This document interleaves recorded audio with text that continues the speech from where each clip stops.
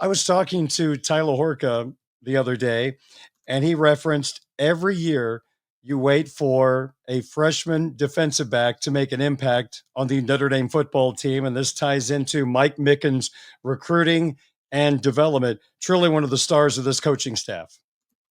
I mean, by the time people are watching or listening to this update, Darren, they may be able to go to blueandgold.com and see the column that I wrote on Mike Mickens, because I was like, when after Notre Dame got Nick Reddish committed to give them a fifth defensive back pledge, it's like I gotta write like a recruiting column on this guy. And like, how do you write about Mickens and say something that hasn't already been said?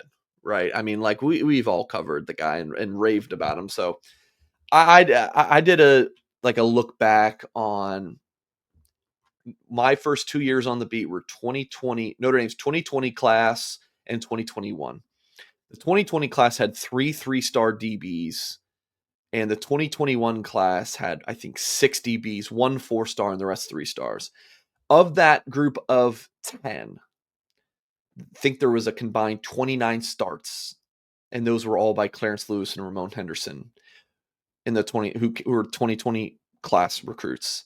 And they didn't finish their careers at Notre Dame because, let's just call a spade a spade, they got passed over. Like Notre Dame, like they recruited other guys and who passed them up, and those guys wanted to go on and play elsewhere. Of that group of 10, just one is on track to finish their careers at Notre Dame, and that's Chance Tucker, who was the 4-star. You know, he's not playing really. Like maybe he could be a surprise guy this season and get some reps, but he's coming off of a season-ending injury last year, and we're not really expecting a whole lot. Like Chance Tucker's not really mentioned as a guy to watch out for, but who knows? Maybe he could be in fall camp. Now, Mickens got to South Bend in March of 2020, so he was in large part responsible for that 2021 recruiting class that was mainly a bust, but he got there halfway through the cycle, maybe even 70% of the cycle. You if you want to argue like how early the recruiting class starts, but anyways, so the 2020 class was really his first full group that Mike Mickens recruited, which had Ben Morrison and Jaden Mickey, right? And then you look at Leonard Moore, some of these guys that he has developed and recruited, right?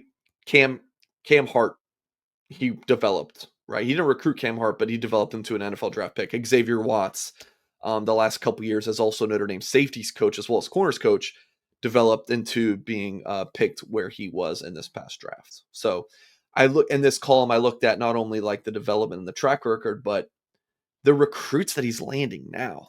Darren, it is sensational. Joey O'Brien, the number 34 overall player per the Rivals industry ranking.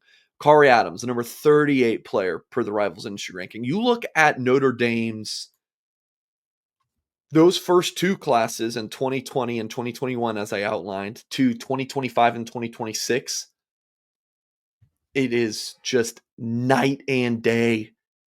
I mean, goodness gracious.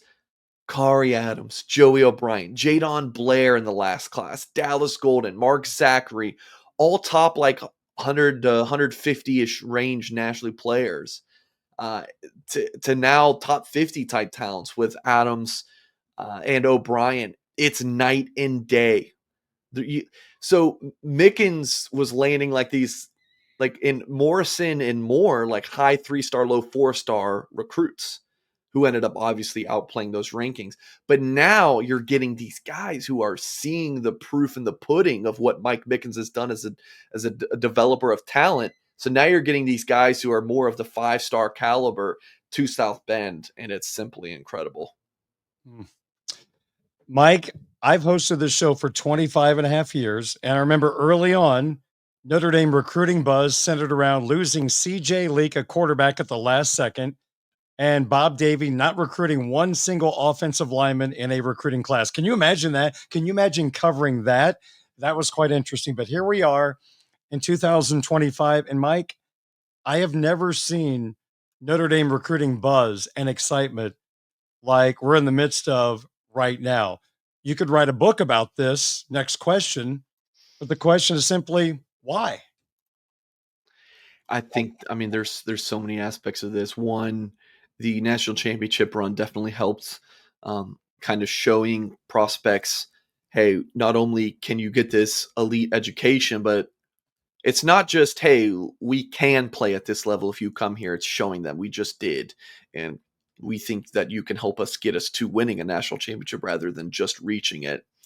I think the staff is great. I mean, the recruiting office to the coaches, well-oiled machine in terms of just like how, yeah, just how well they're recruiting these prospects. I mean, the run they went on this summer is incredible, and a large part of it is due to that June 13th weekend. I wrote a column about this a few days ago. You can find it at blueandgold.com. That June 13th weekend is really one for the ages. That every single prospect I talked to and I asked about, hey, what was your favorite part about the official visit weekend, was spending time with each other. So, like, Joey O'Brien even told me that if he would have visited the next weekend, like he originally planned to, he was going to be in South Bend June 20th. He thinks he probably wouldn't have committed to Notre Dame, or it's a very real possibility he wouldn't have, because he wouldn't have spent time with all of the guys. Like the June 20th weekend had, I think, 6 official visitors, but that group that was there for the 13th had the rest of the defensive back class, Darren. Like Notre Dame had 5 DBs on campus, and all 5 of them are now committed to Notre Dame. Just 2 of them were going into that weekend. So that is a huge part of it. There's a bunch to go, like I talked about, to go into this discussion of why is Notre Dame recruiting at this level. Yeah, it's Marcus Freeman at the top, it's the coaches, and it's honestly just like Notre Dame's recruiting the right kids.